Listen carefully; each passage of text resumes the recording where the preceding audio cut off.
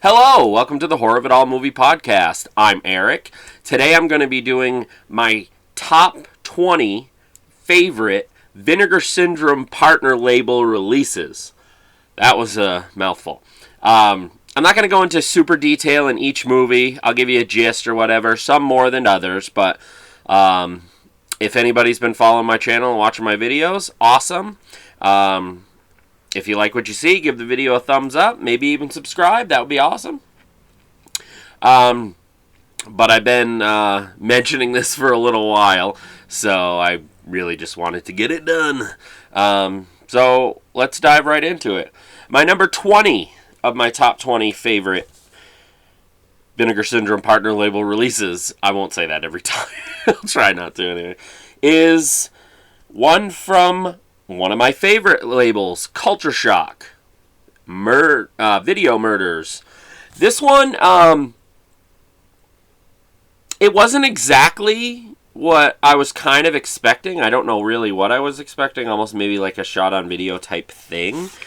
But it's different. It's more than that. I could be alone on this island, but it kind of made me feel like an unsolved mysteries. Like I think I mentioned this before on a video, that I was waiting for Robert Stack to come in and say something, but I really like it. It is Culture Shock number 9, so that's my number 20. 19 is one of the first partner label releases. Before like it blew up really, was an Agfa and Bleeding Skull collaboration, the McPherson tape. This is like an infamous like found footage movie that possibly was the first, if not definitely the first found footage movie. And I like stuff like that anyway, but it's either hit or miss with some people. What I liked about it was it felt like, because that's what the point was. It felt like a family. It was a family get together, and one of them was recording on a video camera that he had gotten, and there's an alien invasion, and because it's shot on video, the fucking aliens are, in my opinion, pretty creepy. They look like the quintessential what you think aliens look like, but and it goes from there. But yeah, it reminds me of just watching, because we don't have a lot, but I have an uncle that used to do that and record like family get-togethers, and it kind of felt like that, but really, really creepy. I really liked it. This is Agfa 18.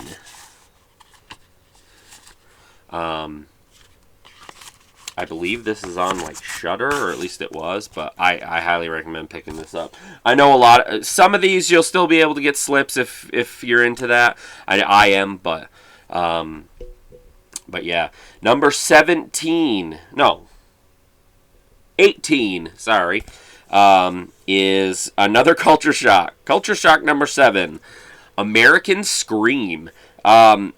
This is basically like one of those movies that a family goes on a vacation, in this case a Christmas vacation in the winter, and the town is one of those towns like they try to take over them, and yeah, that's all I'll say with that. It's one of those movies that I was surprised I hadn't seen before. But yeah, in 1988, and it's regular, like, it was film. It's not a shot on video. I know not all of theirs are like say Saturn's Core, but with Culture Shock. But really liked it. Really, I recommend this one. I wouldn't say it was amazing, but I really liked it. So that was my number 18. Number 17 is Circle Collective number 1. Donnie's Bar Mitzvah. This is quite the preteen, like, raunchy type comedy. Sometimes it does go overboard. There's somebody at the party that pukes a lot. Like that part, I wasn't on that, but that's basically all that if you can think of like a bar mitzvah. But what's cool about it is this movie came out last year, but it's set in the 90s, and it feels like it would have been in the 90s and somebody recorded it. The slipcase is really cool. It's like a VHS tape. But yeah, definitely really good. Like I said, it's like that. It's got that raunchy comedy aesthetic to it. But I really enjoyed it. All right, number 16 is number 3 of Yellow Veil, and it's a modern movie. It's 2019. Blood on Her Name. It's basically like a indie drama, suspense thriller, more like suspense thriller drama, all in there. Basically about this woman who I don't know why I said that. Kills her, not her, anybody, but it's a stranger that tries to break into her workplace, and can't remember if it's to attack her or what happens, but as you can tell by the cover and throughout the movie, she is trying to figure out what to do with the body. Do I leave it with the family because the family can't find him? But very, very good. Very, very good movie. Blood on Her Name. Alright, number 15. I'm cruising right along. Number 15 is Gunpowder and Sky. Number 6, it is Tragedy Girls. I was super excited when this was released. I hadn't seen it before, or saw it before, but it was one of those ones that I heard a lot of people talking about that had seen it and everything. It's basically about these girls that kind of stage things on social media and like start rumors and things like that, but then it gets to the point of actual murder. So and it goes from there basically. Another one. I shouldn't have to say. I'm very good every time. Obviously, it's in my top 20. So, but yeah, number 15, Tragedy Girls. Number 14 is Gunpowder and Sky 5, and it's an interesting. I love the packaging. It's Her Smell. I know, quite the title for some, but I have mentioned it before on the What I've Been Watching. The slipcover's cool. It's like Spin magazine. It stars, what's her name? Kate. I can't remember her name.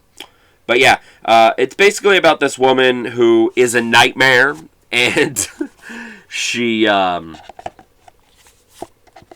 is in a band called Something She, as well as other musical endeavors throughout like the 90s and things like that. But between drugs and mental issues and things like that and alcohol, she basically is a nightmare. But I have heard from people in bands and stuff, like I've read about it, that they've said that this is very much like what it is like backstage. So that's kind of the whole premise of the movie. Most of it takes place backstage, really. And there's a couple scenes on stage, and there's like one scene, well, not one scene, but one area of the movie where she's home. But yeah, it is another modern movie. Elizabeth Moss, that's it. I don't know if I said Kate. I was thinking Kate Moss. This is modern. I can't read it. I honestly can't read it. I think it's a 2018. Yeah, came out in 2018. But if you're into like music documentaries or what do they call them? Like dramedy? Not a dramedy. That's like comedy. Docudrama, kind of. That's basically what it's like. But she's like based. I don't think she's. This isn't a true story, in other words, but it's based on like that time frame and bands like that, and she's almost in like a punk type band. But yeah, Her Smell. Number 14. Number 13 is, I believe 13, right? Yep. Sorry, as I'm going through and then I start talking, I forget where I am. This is from ETR Media, and it's number 3, and it's a documentary. Scream Queen. It is a documentary about Mark Patton, who starred in the infamous Nightmare on Elm Street Part 2. And it shows him like basically telling his story about how he became an actor and when he was in the movie, as well as what he became today. And there's like there's convention footage and stuff, and there's things in it that like he had an issue with, what was it? It was the writer, I believe. Yeah, I think so. And he confronted him about that finally and things like that. So it's like a cathartic type thing. But I highly enjoyed this. Again, this was on Shudder, but I would definitely recommend this. I don't know if you can still get the slipcover, but it's really cool, kind of like the Freddy Claus. But yeah, Scream Queen, My Nightmare on Elm Street.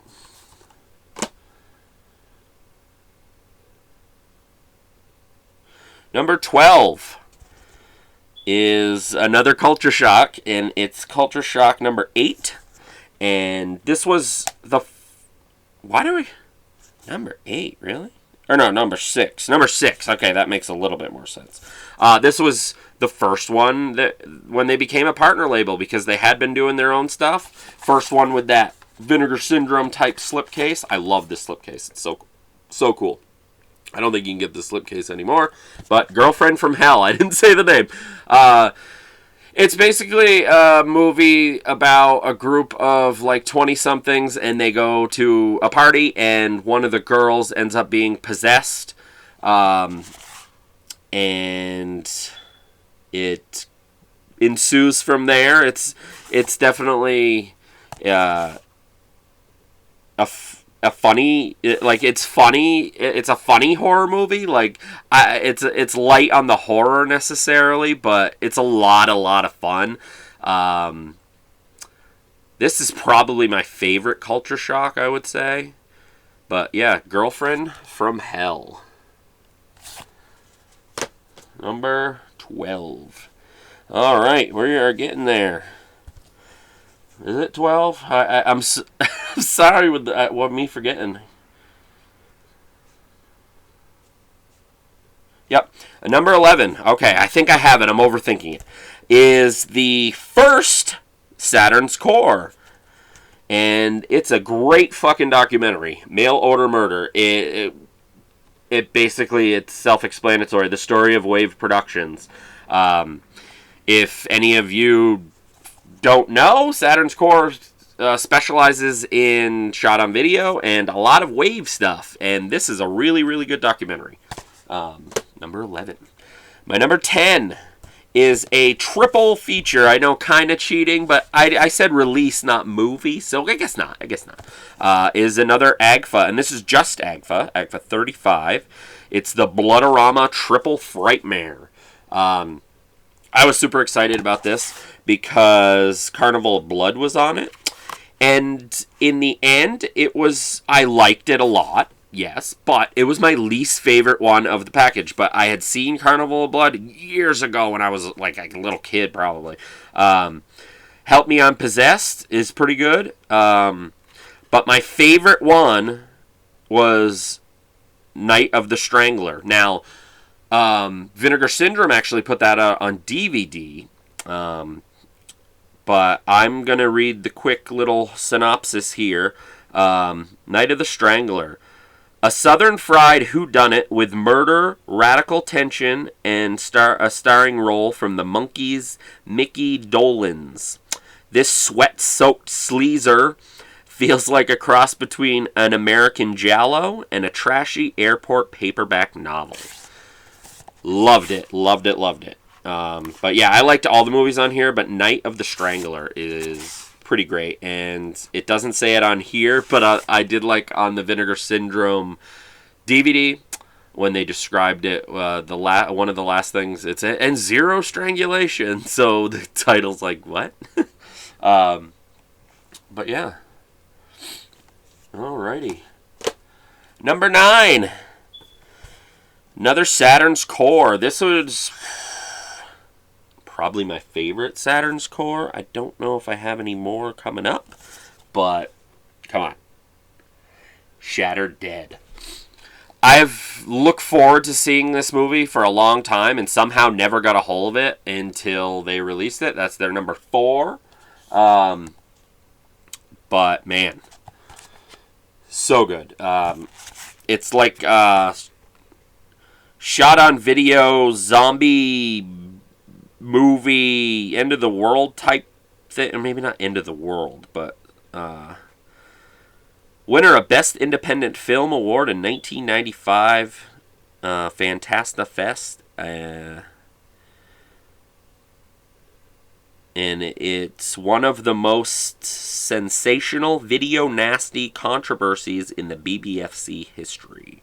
Directorial debut from New York-based filmmaker Scooter McCrae, I think is how you say his name. He also did 16 Tongues, which I hear might end up being released, or I'm thinking of another movie of his, but I think they're going to be putting out more of his movies, but love this movie. Love it, love it, love it. So good, so good. Okay, so number 7 is Gunpowder and Sky number 4. I'm kind of going backwards, I just realized, with them. This movie I knew all about. I had seen it. I already had it on Blu-ray, but they put it out on 4K.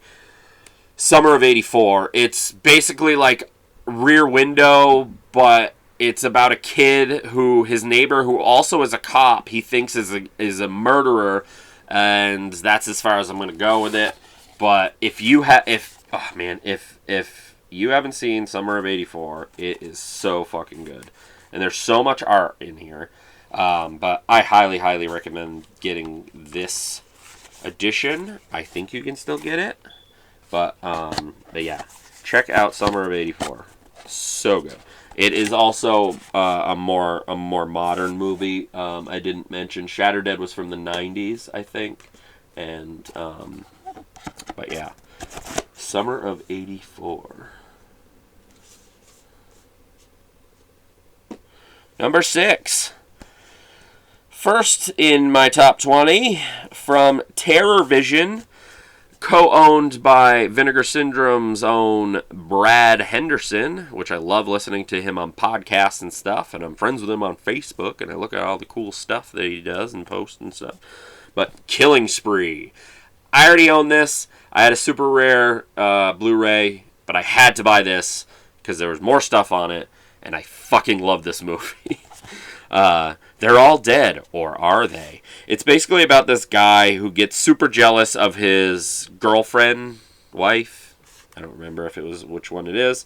It's super red, so I can't read it because I didn't think to get the lighting right. But anyway, so I think he kills his girlfriend, wife, and things progressively just start getting more like he's hallucinating, or is he? Are people coming back, or are they not? Killing Spree is so much fucking fun. One of the greatest, almost said found footage. One of the greatest shot on how do I put this? One of the greatest movies thought to be shot on video, but wasn't. It was dumped on tape, as they say, but it was actually filmed. And I think it was 16 millimeter, something like that.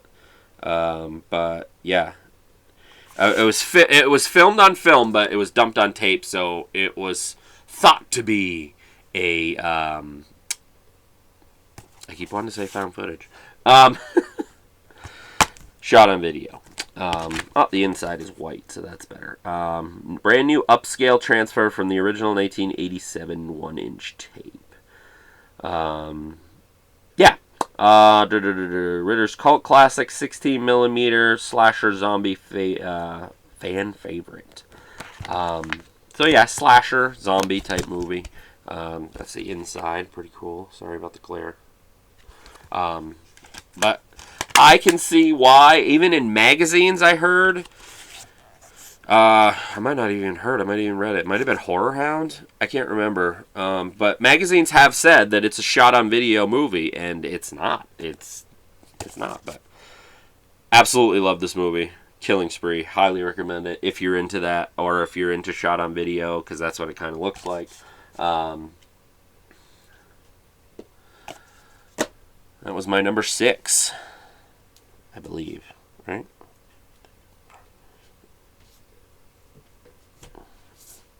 Is it? Wait a minute. Hold on. Stop the presses. Did I have too many in here? Hold on. 20, 19, 18, 17, 16, 15, 14, 13, 12,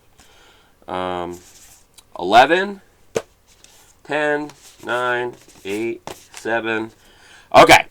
My number 6, I thought so. Okay, that makes more sense. Is a movie from Gunpowder and Sky, number 7. I don't know how I never saw this fucking movie. It's a more of a modern movie from 2016. The Little Hours. It's like a very sleazy, naughty movie about nuns in a convent that are super, super horny, and whenever there's a guy that comes by to do like landscaping or whatever, they basically attack him. And it is set in, when is it set? It's set a lot, like 1800. It doesn't say when was it set. That's gonna bug me. But yeah, it stars, let's see, Alison Brie is in it, and John C. Reilly's in it, and of course, I'm trying to see who else is in it. Audrey Plaza. I think, isn't Molly Shannon in this? Yeah. Nick Offerman is in it. It's such a great cast, and I found it absolutely hilarious. Some of the ways people describe it is, it's trash, pure trash from Catholic League. Yeah, it is trash in an amazing way. Hysterically funny. You're in for a good time. But yeah, I can't fucking, it doesn't say when it's set. It's set a long time ago, but it comes with a like prayer cards. Little prayer cards. I feel like it's 1600s or some shit, but that's the other artwork. I'm gonna look this up because it is bugging me. But yeah, I definitely probably will do more of these in the future because there's just so many partner labels, and this is just my favorites out of what I watch. Obviously, I've watched more than what's in here, but I had to narrow them down to favorites. But I think I'll do one of those kind of like I do with the Vinegar Syndrome videos, where I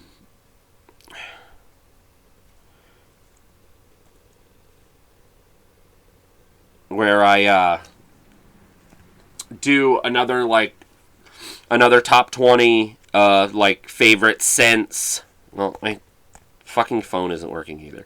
I'm just having all the luck here. Where like 20 favorite scents the first video, things like that. But yeah, bear with me here. I'm sorry. It's just gonna bug me.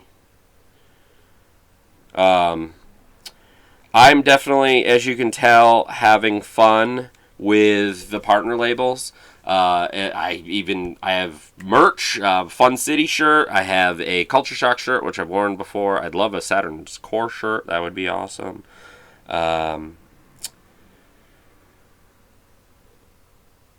Yeah, but I know some people get overwhelmed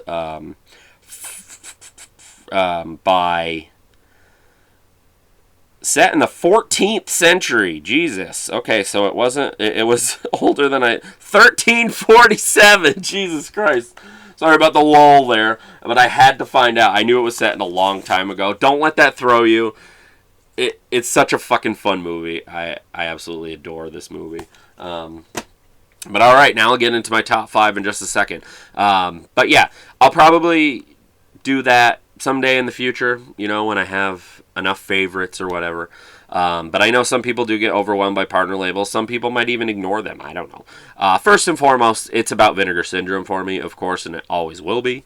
But it's fun. It's fun. It's different stuff. I have my favorite labels. Fun City, of course. Culture Shock, Saturn's Core, and Agfa are like my staples, as I call them. Like, I always go for those and then check out other stuff. But anyway, I will stop a-blabbing. Into my top 5. My top 5 favorite Vinegar Syndrome partner label releases. I have a few honorable mentions, which I'll say before my number 1. But anyway, I'll stop blabbing. My number 5 is... this movie blew me away. It is Fun City... I can't see it. 2, 3? I think it's 3, but I really can't see it. Anyway, I Start Counting. I Start Counting is a 1970s drama suspense type movie and a coming of age movie as well. Super, super good. It stars... how do you say her name? Jenny Agutter? I'm sure I said that wrong. She was in, if other horror fans, off the top of my head, Child's Play 2? Yeah. She was Andy's stepmom in Child's Play 2, but this obviously was many, many years before that. 1970. Wow, yeah. Great movie. And it's absolutely one of Fun City's best, but in my top 5, I have some Fun City, because my number 4 and 3 are Fun City. So let's just get right into it. Fun City number 1, Alphabet City. I fucking love this movie. It's one of those movies that almost remind me of like After Hours, kind of, only because it takes place all in one night. It's about this guy who runs shit for like criminals, and he just wants out. I think like the mob, basically. Yeah, he just wants out. A neo-noir cult favorite oozes 80s neon lit punk tinge style. But yeah, that's basically the premise. It's just this guy who wants to get out. He wants to get out of the city. He wants to stop, doing illegal shit and take his family with him. Absolutely fucking love this movie. And right out of the gate, Fun City with this movie, holy fucking shit. Number 3. Well, again, I don't know why I'm having so much trouble seeing this. I guess it's not that important. Yeah, theirs is so tiny on the side. You need like a magnifying glass. I guess it's not that important though. Walking the Edge. Absolutely fucking amazing movie from Fun City releasing. It stars what's his name? Robert Forster.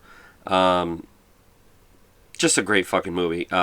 Cult movie icons Robert Forster and Joe Spinell star with Nancy Kahn. Let's see. In a gritty action drama, Walking the Edge. I don't even want to really dig deep too far into it.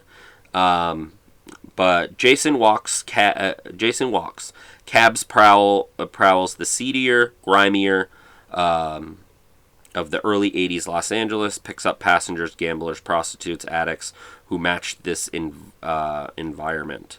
As such, Walking the Edge is both a sleazy urban thriller and a vulnerable visual record of an LA that has long since been scrubbed clean, kind of like in New York in when that happened with like Times Square and a lot of places in New York. But they drove him to the edge, and on the edge there are no rules. Walking the Edge, my number 3 favorite Vinegar Syndrome partner label release from Fun City. Number 2, the most ridiculous movie one of the most ridiculous movies I've ever seen, and I loved it. I know some people don't like being beat over the head with nostalgia or whatever, but this movie just tries to cram all that like 80s action into like one movie, like Rambo and fucking pick a fucking 80s action movie. Commando, Ninja. I love this movie so much, but I love stuff like that. I've watched this movie like 5 times now, one of the times with my oldest son, and he loved it. It's so much fun. I can't wait for the sequel. It's actually a short movie. I think it was like a little over an hour, but so good.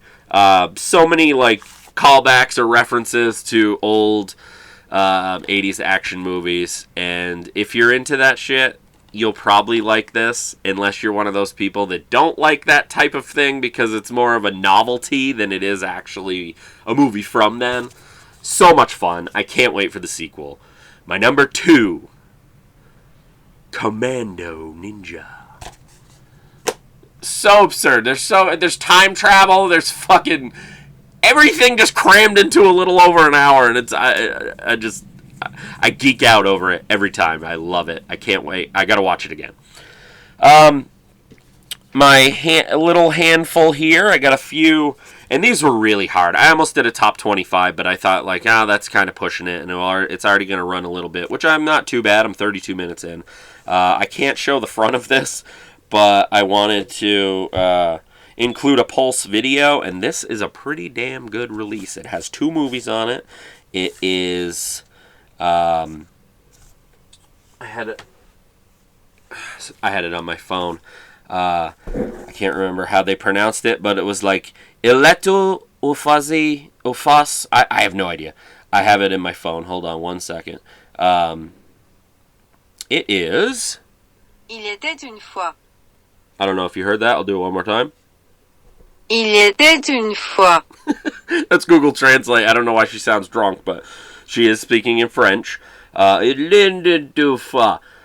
Translated into English, Once Upon a Time. Yes, this is an adult title, which that's what Pulse Video is. They're very few and far between, but I bought all of their releases, so they kind of are a staple. But thankfully, it's not overwhelming, where they release them sometimes. But Once Upon a Time, Marilyn Jess. That's the back of the slipcover because I can't show you the front. And there isn't a whole lot I can show you on this. Well, I guess it's fine. But yes, it is an adult title. There are 2 movies on it, and they're pretty good. Even the special features are pretty good. But yeah, it's a French. They're 2 French adult erotica movies from 84 and 87. Honorable mention right there. This was so fucking close. I almost took something out for this, but I've gone back and forth. That's why it took me a little while. But Game of Survival, it is Culture Shock 10. It's a no budget fucking sci-fi action movie about these like all these different characters. They come from this planet, and it's like a game of survival, and they have to get this ball Which where it is so silly. Like, it's not hard to find or anything. They just had to be told, and then they basically have to fight for it. And it's whoever survives wins and brings back the ball or whatever. Super cool release. That's more of an original like art. This guy right here is in the Municipal Waste video, that Slime and Punishment, which is heavily influenced by stuff like this. Shout out to Ryan, who I know, the guitar player of Municipal Waste. And that video is on here. So yeah, Game of Survival from Culture Shock. This one I got recently. It is a 4K. It is...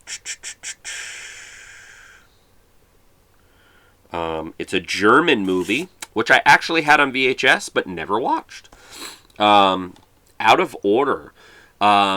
It's a very small cast. It's one of those movies that I'm not even going to do it justice, but it was good. It was like a movie. They're trapped in an elevator and things happen and pursue, and then there's twists here and there. But Out of Order. I'm glad I got it in a 4K. It looks amazing. All right, this one was in my top 20, and I hate that I had to take it out because it was another Saturn score 8, Red Spirit Lake, and We Await. Two of the best shot-on-video movies I've ever seen in my life. They're so weird and so fucked up. I'm not even going to go too deep into them, but there's so much special features in here. There's a giant book. I forgot. There was a replacement disc for it, which is in there in case anybody got theirs or didn't or whatever.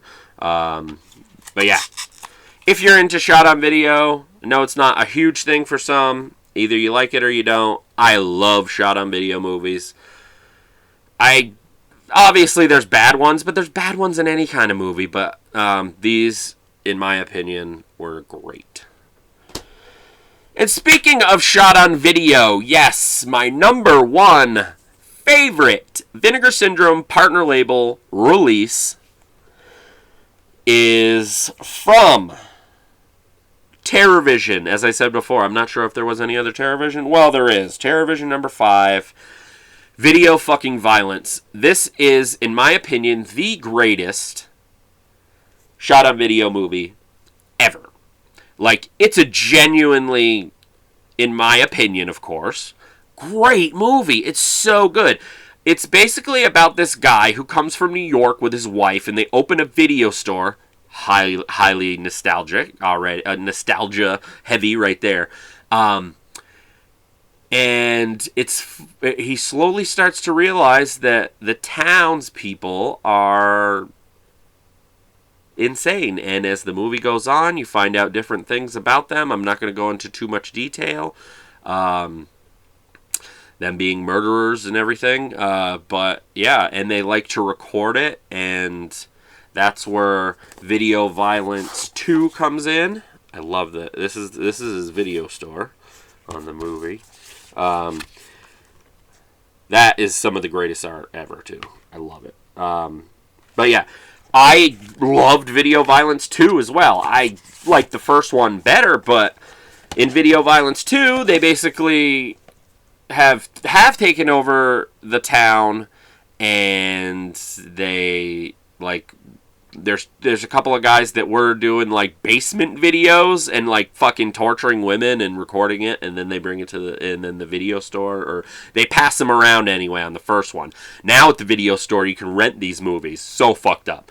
But they have a show now. They have, a public access type show where they do what they did then, but on the show, I won't go into too much detail with that. It's a little different. And then throughout it, they play little clips of other movies that they have made in the town, and there's so many great special features on here, tons of interviews, a documentary, the SOV that wouldn't die. If you're into shot on video, you probably already know all about Video Violence. This was a bit pricey, but I tell you this, if you're into that stuff, and you like video violence, or even love it, you probably already have it, but if you didn't because of the price tag, I 100%, in my opinion, I'm going to tell you, 100% worth it. I would have even spent $50 because you gotta remember, this isn't just a movie, it's 2 movies, it's a set. So it's going to be more, and it has cool hard case and stuff, and so good. But yeah, my number 1 favorite, as of right now, could change, who knows. But as of right now, with these titles, that it's going to be hard to beat. This and like basically everyone that I told you about, especially like the top 5 ones, because of Commando Ninja and all those amazing fun cities and little. There's just so much great shit. Again, I know it's overwhelming for some, and I get it. I just try to limit myself as best as I can and only go for certain ones, and then I'll check out. I'll throw in another 1 or 2, and when you're a subscriber, though, you have a code, so everything's always 50% MSRP, or what is it? The suggested retail price, the SRP or whatever. It's always half off, so that's where I started getting a lot of the releases is that way. So, absolutely love video violence, my number 1. All right, so I got into 40 minutes. Hopefully, anybody who stayed to the end, I really, really appreciate it. Dealt with my rambling. My subscriber count is almost to 100, so I'm pretty excited about that. Please, if you like the video, like the video, subscribe. That would be awesome. You hit the little bell, as they say, and it will notify you when I upload a video. And as I always say, check out my other videos, my podcast, as this channel started out as podcasts, and it's gone into rankings and unboxings and stuff. I always mention my, in case anybody didn't know, if you one thing to check out, it's a little long, but if you're a fan of Friday the 13th, I thought it was a lot of fun. I did a podcast with my wife of our ranking of the Friday the 13th franchise. My last video before this, I believe, was an unboxing for the Child's Play 4Ks, 1, 2, and 3. There's a link in that description for that video to when I was doing a podcast with my buddy Adam. As I said, the channel started that way. I did 1, 2, and 3, like 3 separate episodes. So there's links for that if you want to check that out. Be on the lookout for more stuff. I am going to be doing my ranking of the BSAs from Vinegar Syndrome Archive. Don't know when. It's because I keep fucking releasing them and I want to include all of them. So I'm going to have to cut it off. I just am going to have to cut it off. That'd be like saying, I'm not going to do this top whatever for partner labels from Vinegar Syndrome until, like, you know, whatever. They release shit every month and it's never ending. So that would never work. So I just kind of honed it in. And I'm probably going to have to do that with VSAs. I'm thinking maybe I'll just do like the 25. I don't know. Maybe even less than that. Because there's still a few I have to watch. So, yeah. Anyway, thanks for checking out my video. As I said already, all that other stuff. So, yeah. This has been the Horror of It All movie podcast. I'm Eric. Until next time.